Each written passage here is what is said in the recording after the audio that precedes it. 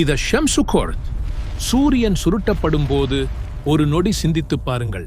இந்த ஒட்டுமொத்த பிரபஞ்சத்திற்கும் ஒளியையும் வாழ்வாதாரத்தையும் தருகிற இந்த சூரியன் ஒரு காகிதத்தைப் போல சுருட்டப்பட்டால் எப்படி இருக்கும்? அதன் வெளிச்சம் மொத்தமாக அணைக்கப்பட்டு இந்த உலகம் இருளில் மூழ்கிப் போனால் என்னவாகும்? சகோதர சகோதரிகளே, வானத்தில் மின்னிக் கொண்டிருக்கும் கோடானு கோடி நட்சத்திரங்கள் அத்தனையும் தங்களிடங்களில் இருந்து உதிர்ந்து மழைத்துளிகளைப் போல பூமியை நோக்கி விழுந்தால் அந்தக் காட்சி எவ்வளவு பயங்கரமாக இருக்கும்? இது வெறும் கற்பனை அல்ல, இது ஒரு கவிஞனின் வர்ணனையும் அல்ல, இது அகிலங்களின் அதிபதியான அல்லாஹ் தனது திருமறையாம் திருக்குரானில் விவரிக்கும் இறுதி நாளின் முதல் காட்சி. அந்த இறுதி நாளின் பயங்கரமான நிகழ்வுகளைப் பற்றியும் அந்த நிகழ்வுகளுக்குள் அல்லாஹ் மறைத்து வைத்திருக்கும் ஆழமான சக்தி வாய்ந்த ஒரு நீதியின் செய்தியையும் தான் இன்று நாம் பார்க்கப் போகிறோம். இந்த எச்சரிக்கையைத்தான் சுருட்டுதல் என்று பொருள்படும் சூரத்து தக்வீர் நமக்குத் தருகிறது. இஸ்லாத்தின் ஆரம்ப காலத்தில் மக்கத்து குறைஷிகள் நபிகள் நாயகம் ஸல்லல்லாஹு அலைஹி வஸல்லம் அவர்களின் தூதுத்துவத்தை மிக கடுமையாக எதிர்த்தார்கள். அவரை அல் அமீன், அதாவது நம்பிக்கையாளர் என்று அறிந்திருந்தும் அவரை ஒரு பைத்தியக்காரர் என்று முத்திரை குத்தப் பார்த்தார்கள். அந்த இக்கட்டான சூழலில் இறக்கப்பட்ட இந்த சூரா 2 முக்கியமான செய்திகளை மிகத் தெளிவாகச் சொல்கிறது. ஒன்று, இந்த உலகின் தவிர்க்க முடியாத அதிபயங்கரமான முடிவைப் பற்றிய ஒரு தத்ரூபமான காட்சி. 2, நபிகள் நாயகம் ஸல்லல்லாஹு அலைஹி வஸல்லம் அவர்களின் தூதுத்துவம் உண்மையானது என்பதற்கான மறுக்க முடியாத ஆதாரம். இந்த சூராவின் ஒவ்வொரு வசனமும் நம்முடைய உள்ளங்களை உலுக்கக்கூடியது, நம்மை ஆழமாக சிந்திக்க வைக்கக்கூடியது. வாருங்கள், அந்த இறுதி நாளின் நிகழ்வுகளுக்குள் குர்ஆனின் வழிகாட்டுதலோடு பயணிப்போம். சூரத்து தக்வீரின் முதல் 14 வசனங்கள் ஒன்றன் பின் ஒன்றாக அந்த இறுதி நாள் நிகழும்போது இந்த பிரபஞ்சத்தில் நடக்கப் போகும் மாபெரும் மாற்றங்களை ஒரு தொடர் நிகழ்வாக விவரிக்கிறது. சூரியன் ஒளியில்லாததாகச் சுருட்டப்படும்போது, நட்சத்திரங்கள் ஒளி இழந்து உதிர்ந்து விழும்போது, மலைகள் பெயர்க்கப்படும்போது, சூழ் நிறைந்த ஒட்டகைகள் கவனிப்பாரற்று விடப்படும்போது, காட்டு மிருகங்கள் மனிதர்களுடனும் இதர பிராணிகளுடனும் ஒன்று சேர்க்கப்படும்போது, கடல்கள் தீ மூட்டப்படும்போது, உயிர்கள் ஒன்றிணைக்கப்படும்போது, இந்த 7 நிகழ்வுகளும் மறுமை நாளின் தொடக்கத்தில் ஏற்படப் போகும் பிரபஞ்சப் பேரழிவை நமக்கு உணர்த்துகின்றன. ஆனால் இந்த அழிவுகளுக்கு மத்தியில் அல்லாஹ் மிக முக்கியமான ஒரு கேள்வியை எழுப்புகிறான். அதுதான் இந்த சூராவின் மையச் செய்தி. இந்த பேரழிவுகள் அனைத்தும் நிகழ்ந்த பிறகு விசாரணை தொடங்குகிறது.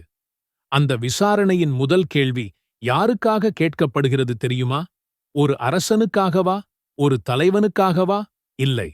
இந்த உலகில் மிகவும் பலவீனமான, மிகவும் பாதிக்கப்பட்ட ஒரு ஜீவனுக்காக அல்லாஹ் தனது விசாரணையைத் தொடங்குகிறான்.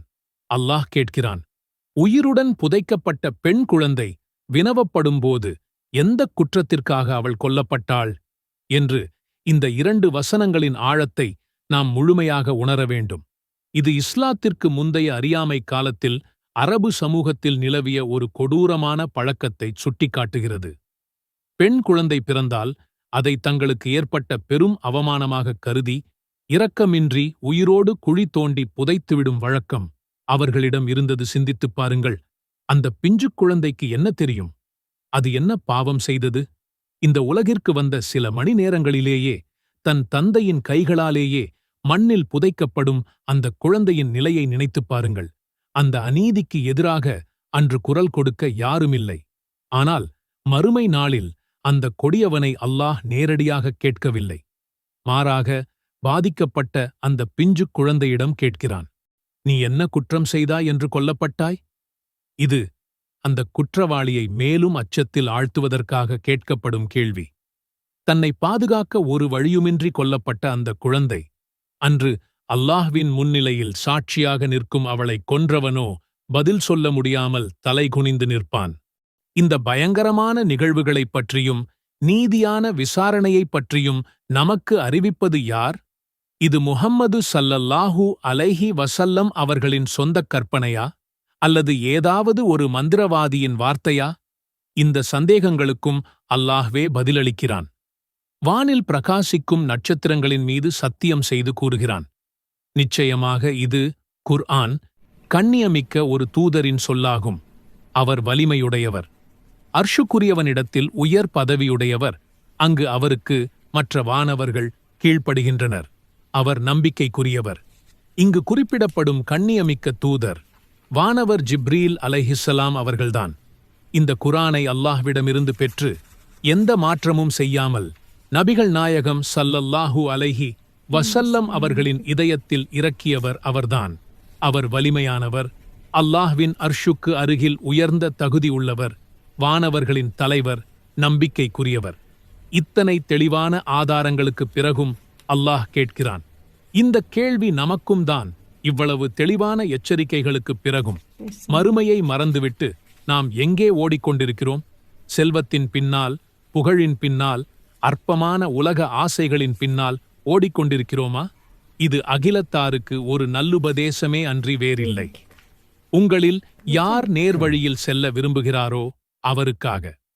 இறுதியாக அல்லாஹ் கூறுகிறான், உங்களில் நின்றும் யார் நேர்வழியை விரும்புகிறாரோ அவருக்கு நல்லுபதேசமாகும். ஆயினும் அகிலங்களுக்கெல்லாம் இறைவனாகிய அல்லாஹ் நாடினாலன்றி நீங்கள் நல்லுபதேசம் பெற நாடமாட்டீர்கள். நாம் அனைவரும் அல்லாஹ்வின் நேர்வழியில் செல்வதற்கும் மறுமை நாளில் வெற்றியாளர்களாக ஆகுவதற்கும் எல்லாம் வல்ல அல்லாஹ்விடம் பிரார்த்திப்போமாக.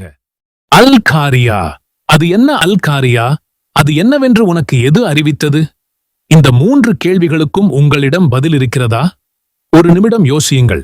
வரலாற்றிலேயே மிக பயங்கரமான, மிக பிரம்மாண்டமான ஒரு நாள் வரப்போகிறது.